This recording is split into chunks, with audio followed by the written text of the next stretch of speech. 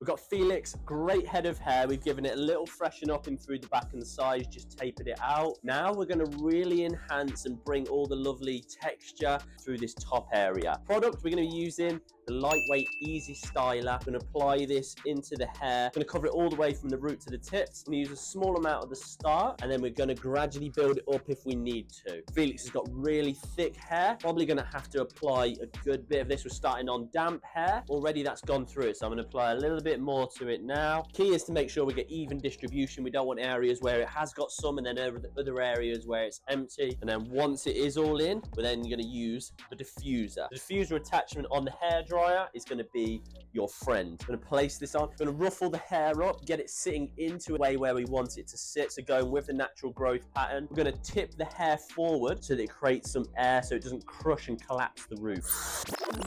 You see now, just as it's almost fully dry, I'm just going to pinch out certain areas just to try and bring out a little bit more volume, bring out a little bit more of that curl so the air goes underneath the root, allows for that more volume to come out. Be patient, it takes quite a bit of time. Finished it. Now, one of the most important parts is finishing it with cold air. Seals the cuticle, and then it's got more chance of it staying in place for the whole day then. And there we go. Voila.